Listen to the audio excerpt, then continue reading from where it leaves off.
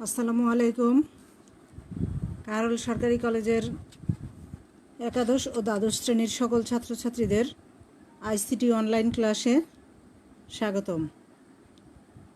আশা করি তোমরা ভালো আছো।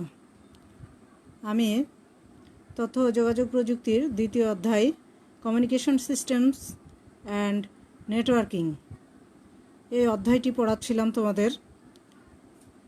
আমি তোমাদের গত ক্লাসে ওয়্যারলেস কমিউনিকেশন সিস্টেম এবং সিস্টেমের এর প্রকারভেদগুলো পড়িয়েছি। আজকে ওয়্যারলেস ইন্টারনেট অ্যাক্সেস পয়েন্ট এইটা নিয়ে আলোচনা করব যে ওয়্যারলেস ইন্টারনেট অ্যাক্সেস পয়েন্ট এটা কোথায় ব্যবহার করা হয়, কিভাবে ব্যবহার করা হয় সেটা নিয়ে একটু আলোচনা করব।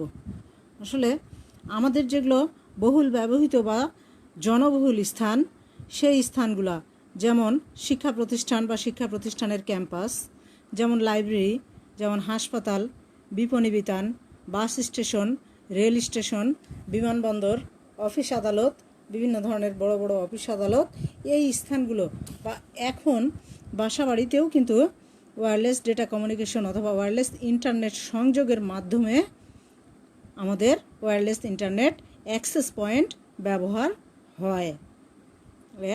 ওয়্যারলেস ইন্টারনেট অ্যাক্সেস পয়েন্ট কোথায় ব্যবহার হয় আমি বলে দিলাম।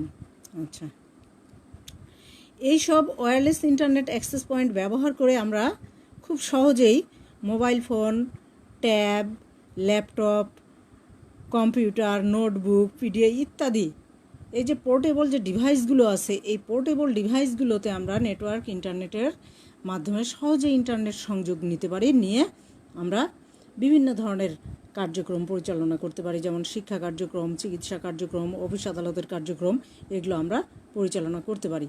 আচ্ছা, দুই ধরনের ইন্টারনেট অ্যাক্সেস পয়েন্ট বর্তমানে ব্যবহৃত হচ্ছে। একটা হচ্ছে হটস্পট আর একটা হচ্ছে মোবাইল নেটওয়ার্ক। একটা হচ্ছে হটস্পট আর একটা মোবাইল নেটওয়ার্ক। আচ্ছা, তো এই যে হটস্পট, এই হটস্পট আমি গত ক্লাসে একটু আলোচনা করেছি হটস্পটকে নিয়ে বা এগুলো নিয়ে। এই হটস্পট তৈরির ক্ষেত্রে তিনটা প্রযুক্তি খুব ব্যবহৃত হচ্ছে, সেটা হচ্ছে ব্লুটুথ, ওয়াইফাই, ওয়াইম্যাক্স। আমি আজকে এইগুলো নিয়ে আলোচনা করার কথা ছিল।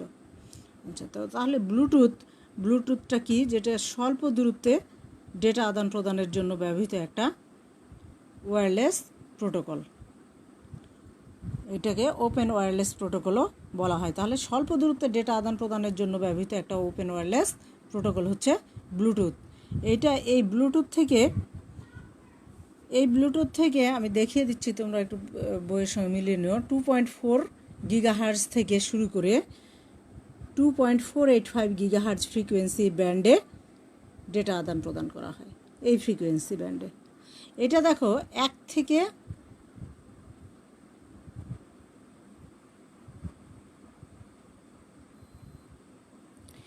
এটা 1 থেকে 100 মিটার দূরত্বের মধ্যে ওয়্যারলেস যোগাযোগের একটা পদ্ধতি। ওয়্যারলেস যোগাযোগের 1 থেকে 100 মিটার মধ্যে ওয়্যারলেস, কিন্তু ব্লুটুথের কার্যকরী মানে যোগাযোগ যেটা হয় সেটা হচ্ছে 10 মিটারের মধ্যে, আর বিদ্যুৎ কোষের শক্তি বৃদ্ধি করে এর পাল্লা হয় 100 মিটার পর্যন্ত। তাহলে 1 থেকে 100 মিটার দূরত্বের মধ্যে ওয়্যারলেস যোগাযোগের পদ্ধতি ব্যবহার করে। এর কিন্তু ব্লুটুথের কার্যকরী পাল্লা হচ্ছে 10 মিটার, তবে বিদ্যুৎ কোষের শক্তি বৃদ্ধির মাধ্যমে এটা 100 মিটার পর্যন্ত করা যায়। আমরা কিন্তু মূলত জানি 10 মিটার মধ্যে ব্লুটুথ কার্যকর করা হয়। আর এর যে স্ট্যান্ডার্ড হচ্ছে, এর একটা স্ট্যান্ডার্ড মান হচ্ছে, এটা অবশ্যই মনে রাখতে হবে এমসিকিউর জন্য, IEEE 802.15.1। এটা এমসিকিউতে অবশ্যই আসে। আর এই ব্লুটুথ ব্যবহার করা হয়, দেখো mobile phone, laptop, digital camera, video games, এগুলোর মধ্যে ব্লুটুথ ব্যবহার করা হয়। এটা কিন্তু পার্সোনাল এরিয়া নেটওয়ার্কের মধ্যে ব্যবহার করা হয়। পার্সোনাল এরিয়া নেটওয়ার্কে ব্লুটুথের আরেকটা জিনিস তোমরা এমসিকিউর জন্য মনে রাখবা, যে সর্বপ্রথম ব্লুটুথ 1 তথ্য আদান প্রদান এবং সর্বোচ্চ গতি ছিল 1 মেগাবিট। আচ্ছা, বর্তমানে বাজারে ব্লুটুথ অনেক ধরনের ভার্সন আছে।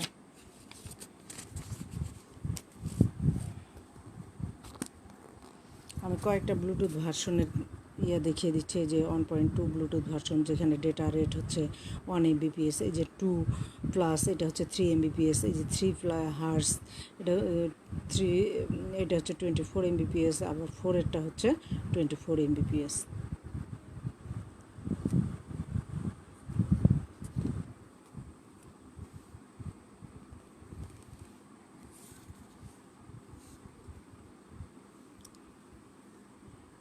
তাহলে ব্লুটুথ তোমরা এইগুলো মনে রাখলেই হবে। তোমাদের ব্লুটুথের একটু বৈশিষ্ট্যটা আমি তোমাদের দেখিয়ে দিচ্ছি।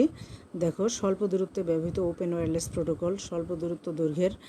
দেখো এই যে UHF পূর্ণরূপ হচ্ছে আলট্রা হাই ফ্রিকোয়েন্সি রেডিও ওয়েভে ব্যবহার করা হয়। তারপরে পার্সোনাল এরিয়া নেটওয়ার্ক, ওয়্যারলেস ভিত্তিক নেটওয়ার্ক এটা। তারপরে দেখো এর ফ্রিকোয়েন্সি ব্যান্ড হচ্ছে 2.4 GHz পর্যন্ত। নেটওয়ার্কের কভারেজ এরিয়া 1 থেকে 100 মিটার, কিন্তু এই তোমার হচ্ছে ব্লুটুথের কার্যকরী পাল্লা হচ্ছে কিন্তু 10 মিটার পর্যন্ত। ব্লুটুথ সাধারণত কনফিগার করতে হয় না, বিদ্যুৎ খরচ কম। দেখো, ডিভাইসগুলোর মধ্যে কোনো বাধা থাকলেও যোগাযোগে কোনো অসুবিধা হয় না। আমরা কিন্তু ব্লুটুথের মাধ্যমেই আগে ডেটা আদান প্রদান করতাম, তারপরে আসলো শেয়ার ইট। আচ্ছা, নেটওয়ার্কের ব্যবহারকারী নিয়ন্ত্রণের জন্য পাসওয়ার্ড ব্যবহার করা হয় না। দেখো, অসুবিধাও আছে, অসুবিধাগুলো একটু দেখে নেবা। ব্যান্ডউইথ তুলনামূলক কম, নেটওয়ার্কের পরিমাণ কম, মানে দূরত্বের পরিমাণ কম, ডেটা ট্রান্সফারের নিরাপত্তা কম, ডেটা ট্রান্সফারের ক্ষেত্রে নিরাপত্তা, ডেটা স্থানান্তরের ক্ষেত্রে নিরাপত্তা কম। এগুলা অসুবিধা। কেন নিরাপত্তা কম? কারণ যে ব্লুটুথ অন করলে সার্চ দিয়ে দেখে ফোন যে কোনটা কোনটা ব্লুটুথ অন আছে এবং কোনটা কোনটা পাচ্ছে। আচ্ছা, এরপরে আমরা যেটা ব্যবহার করছি, এই যে এরপরে আমরা যে ওয়্যারলেস ইন্টারনেট অ্যাক্সেস পয়েন্ট হিসেবে ব্যবহার করছি আরেকটা জিনিস, ওয়াইফাইয়ের পূর্ণরূপ আমাদের অবশ্যই জানতে হবে, যে ওয়্যারলেস ফিডেলিটি। এর সংক্ষিপ্ত রূপটা হচ্ছে ওয়াইফাই। তাহলে এটা কিন্তু ল্যানে ব্যবহার করা হয়, লোকাল এরিয়া নেটওয়ার্কে। দেখো, ওয়্যারলেস ফিডেলিটি বানানটাও দেখে নাও তোমরা। ওয়্যারলেস ফিডেলিটি এর সংক্ষিপ্ত রূপটা হচ্ছে ওয়াইফাই। এর সংক্ষিপ্ত রূপ ওয়াইফাই। তাহলে এই যে ওয়াইফাই এর কিন্তু হচ্ছে একটা স্ট্যান্ডার্ড মান মনে রাখতে হবে, ডেটা আদান প্রদানের গতি মনে রাখতে হবে। দেখো, ওয়াইফাই কোথায় ব্যবহার করা হয়? এটা পোর্টেবল যোগ্য যে ডিভাইসগুলো, পোর্টেবলের যে ডিভাইসগুলো, যেমন ল্যাপটপ, কম্পিউটার, মোবাইল ফোন, এগুলোতে ব্যবহার করা হয়। এর স্ট্যান্ডার্ড হচ্ছে IEEE 802.11। এটা কিন্তু হচ্ছে ল্যানে ব্যবহার করা হয়, আর এটা কয়েক মিটার এরিয়া কভারেজ করতে পারে।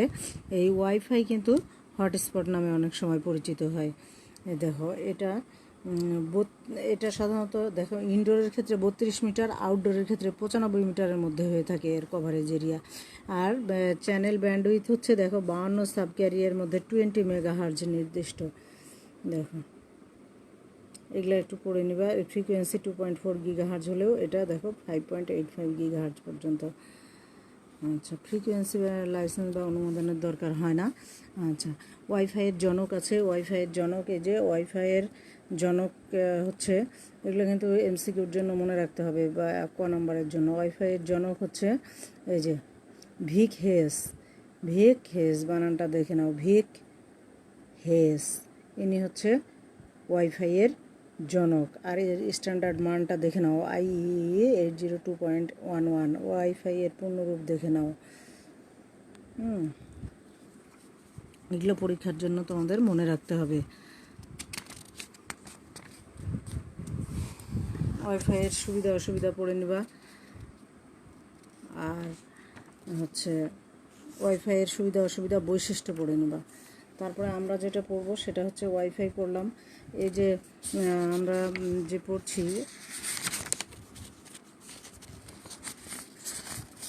ওয়্যারলেস ইন্টারনেট অ্যাক্সেস পয়েন্টের আরেকটা পয়েন্ট হচ্ছে কি, ওয়াইম্যাক্সের পূর্ণরূপ আছে। দেখো, ওয়াইম্যাক্সের পূর্ণরূপ হচ্ছে ওয়ার্ল্ড ওয়াইড।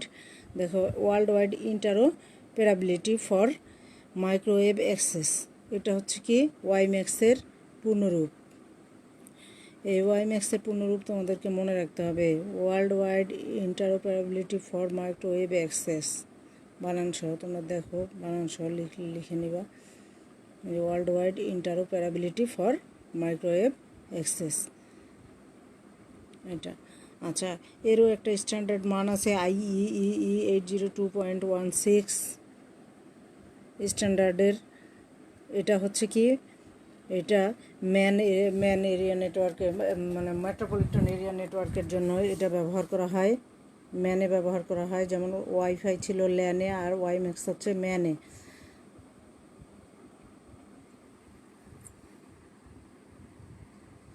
ওয়াইম্যাক্সের দুটো অংশ থাকে, ওয়াইম্যাক্সের প্রধানত দুটো অংশ থাকে। দেখো, ওয়াইম্যাক্সের প্রধানত দুটো অংশ থাকে। একটা হচ্ছে ওয়াইম্যাক্স বেজ স্টেশন, যা ইনডোর ও আউটডোর টাওয়ার নিয়ে গঠিত। আরেকটা হচ্ছে অ্যান্টেনা সহ ওয়াইম্যাক্স রিসিভার। একটা হচ্ছে কি ওয়াইম্যাক্স বেজ স্টেশন, আরেকটা হচ্ছে ওয়াইম্যাক্স রিসিভার। এই দুটি প্রধান অংশ ওয়াইম্যাক্সের সিস্টেমের, দুটো প্রধান অংশ। একটা হচ্ছে ওয়াইম্যাক্স বেজ স্টেশন, যেটা ইনডোর আর আউটডোর টাওয়ার নিয়ে গঠিত হয়। আরেকটা হচ্ছে অ্যান্টেনা সহ ওয়াইম্যাক্স রিসিভার, যা কোনো কম্পিউটার বা ল্যাপটপে সংযুক্ত করা থাকে। তাহলে ওয়াইম্যাক্স তারবিহীন সংযোগ সার্ভিস আবার দুই ধরনের হতে পারে। ওয়াইম্যাক্স তারবিহীন সংযোগ সার্ভিস আবার দুই ধরনের হতে পারে। একটা নন লাইন অফ সাইট সার্ভিসে ব্যবহার করা হবে। দেখো, নন লাইন অফ সাইট সার্ভিসে ব্যবহার করা হবে হায়ার ফ্রিকোয়েন্সি রেঞ্জ, যেটা যে 66 গিগাহার্টজ পর্যন্ত। আর হায়ার ওয়েভলেন্থ ট্রান্সমিশন কোনো ত্রুটি ছাড়া একসাথে বেশি ডেটা আদান প্রদান করতে সক্ষম হবে।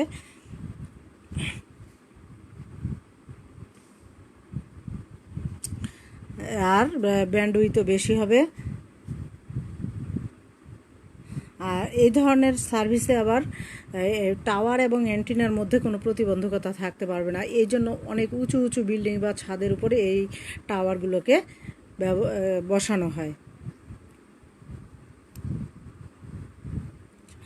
আবার দেখো, বিভিন্ন দৃষ্টিকোণ থেকে ওয়াইম্যাক্সকে আবার দুই ভাগে ভাগ করা হয়। একটা হচ্ছে ফিক্সড ওয়াইম্যাক্স, আরেকটা হচ্ছে মোবাইল ওয়াইম্যাক্স। এগুলোরও স্ট্যান্ডার্ড মান আছে, এগুলোর স্ট্যান্ডার্ড মানগুলোকেও কিন্তু মনে রাখতে হবে তোমাদের। এই যে ফিক্সড ওয়াইম্যাক্সের স্ট্যান্ডার্ড মানটা হচ্ছে এই যে IEEE 802.16 স্ট্যান্ডার্ড। আর তোমার হচ্ছে যেটা যেটা ফিক্সড ওয়াইম্যাক্স, এটার স্ট্যান্ডার্ড মানটা আমি দেখিয়ে দিলাম। আর একটা হচ্ছে কি, এর যে ফ্রিকোয়েন্সি হচ্ছে এই যে 10 গিগাহার্টজ থেকে 66 গিগাহার্টজ পর্যন্ত। এগুলো একটু মনে রাখতে হবে, যেগুলো আমি দেখিয়ে দিচ্ছি সেই জিনিসগুলো একটু মনোযোগ দিয়ে দেখে মনে রাখবে। আরেকটা দেখো, আমি বললাম যে আরেকটা মোবাইল ওয়াইম্যাক্স। এগুলো কিন্তু বিভিন্ন দৃষ্টিকোণ থেকে দুই ভাগে ভাগ করা যায়। আরেক ভাগটা হচ্ছে কি মোবাইল ওয়াইম্যাক্স। এই মোবাইল ওয়াইম্যাক্সের একটা স্ট্যান্ডার্ড মান যে IEEE 802.16 স্ট্যান্ডার্ড, এর উপর ভিত্তি করে ডেটা আদান প্রদান করা হয়। তারপরে দেখো, এর যে ফ্রিকোয়েন্সি, এটা 2 গিগাহার্টজ থেকে 11 গিগাহার্টজ, অর্থাৎ 2 থেকে 11 পর্যন্ত গিগাহার্টজ পর্যন্ত ব্যবহার করা হয়।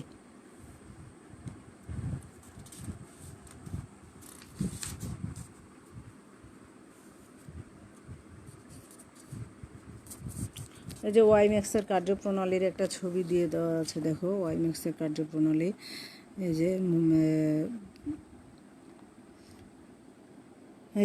এটা হচ্ছে কি, দেখো পোর্টেবল ডিভাইস, এটা কি বিল্ডিং, এটা কি দেখো রেসিডেন্সি আবাসিক এলাকা, এটা হচ্ছে কি দেখো শিল্প এলাকা, এটা হচ্ছে মোবাইল, আর এটা হচ্ছে শহর। এইভাবে এই যে IEEE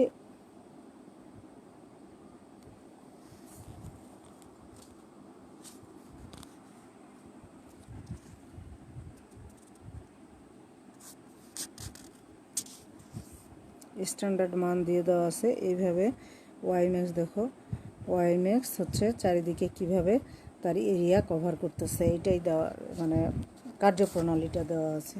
তাহলে ওয়াইম্যাক্সের বৈশিষ্ট্যটাও আমরা পড়ে নেব, আর হচ্ছে সুবিধা অসুবিধা আমরা পড়ে নেব।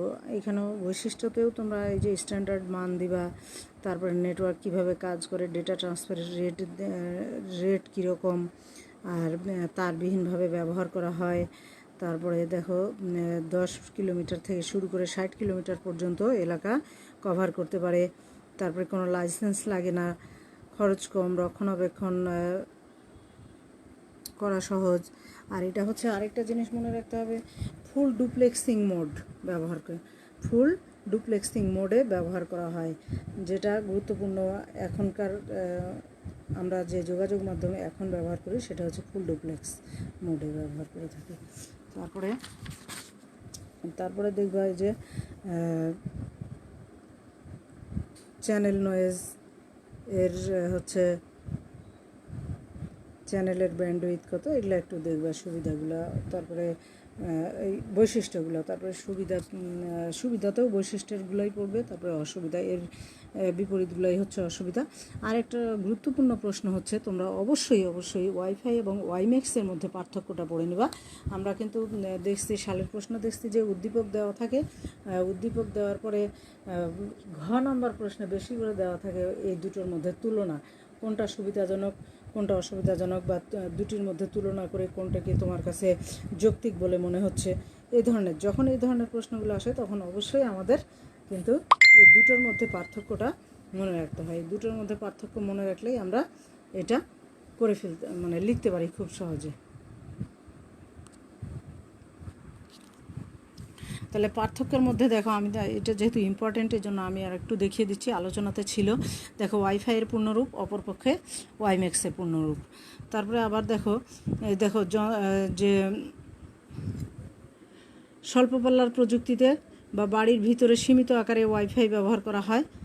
অন্যদিকে দেখো দীর্ঘ পাল্লার প্রযুক্তিতে বা বহুদূর পর্যন্ত ওয়্যারলেস ব্যবহার করা হয়, বা শিল্প এলাকাতে ওয়াইম্যাক্স ব্যবহার করা হয়। তারপরে দেখো ওয়াইফাই ডাব্লু লেন তৈরির কাজে ব্যবহৃত হয়, আবার ওয়াইম্যাক্স দেখো ডাব্লু মেট্রোপলিটন এরিয়া নেটওয়ার্কে ব্যবহার করা হয়। এই যে ওয়াইফাই একটা দেখো এন্ড ইউজার প্রযুক্তি, যেখানে ব্যবহারকারী ওয়াইফাই ডিভাইসগুলোকে সংযুক্ত করতে পারেন এবং নিজেরাই সেটার কনফিগার করতে পারে। আর ওয়াইম্যাক্স স্থাপন করার যে কোনো সার্ভিস প্রোভাইডারের মাধ্যমে করতে হয়, অর্থাৎ আমরা কোনো কোম্পানির কাছ থেকে নিব এরকমভাবে করতে হবে। আর ওয়াইফাইয়ের কভারেজ এলাকা দেখো 32 মিটার, ইনডোরের ক্ষেত্রে 32, আউটডোরের ক্ষেত্রে 95। আর এই যে এর কভারেজ এরিয়া সাধারণত 10 কিলোমিটার থেকে শুরু করে 60 কিলোমিটার পর্যন্ত। আর ওয়াইফাইয়ের গতি কম, প্রায় হচ্ছে 10 থেকে 50 মেগাবিট বা পার সেকেন্ডে হয়ে থাকে। আর ওয়াইম্যাক্সের গতি বেশি, 10 থেকে 100 মেগাবিট পার সেকেন্ডে হতে পারে। ওয়াইফাই নেটওয়ার্কে খরচ কম, ওয়াইম্যাক্স নেটওয়ার্কে খরচ বেশি। তাহলে এই যে পার্থক্যগুলো যদি আসে, আমরা 4-5টা পার্থক্য পাঁচটা পার্থক্য লিখলে কিন্তু আমাদের হয়ে যায়। এখানে অনেকগুলো পার্থক্য দেওয়া আছে, আমরা ওখানে 5-6টা পার্থক্য বা এভাবে দিব মার্কের উপর ভিত্তি করে, যেহেতু ঘ নাম্বারে 4 মার্ক থাকে, আমরা 5টা মেইন পয়েন্টগুলো তুলে দিয়ে আমরা তুলনা করে দিলেই হবে। তো তোমরা তারপরে একটু পার্থক্যগুলো পড়ে নিবা। এখানে 16টা পার্থক্য দেওয়া আছে দুটো মিলে।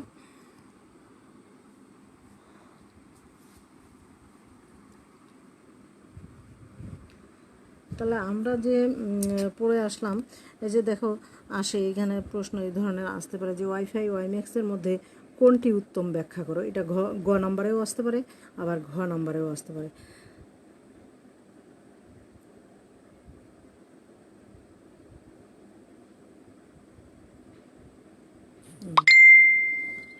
তাহলে তোমরা পড়ে নিও, বিশেষ করে ওয়াইফাই ওয়াইম্যাক্স ব্লুটুথ কাকে বলে এবং এগুলোর মধ্যে তুলনা একটু পড়ে নিবা।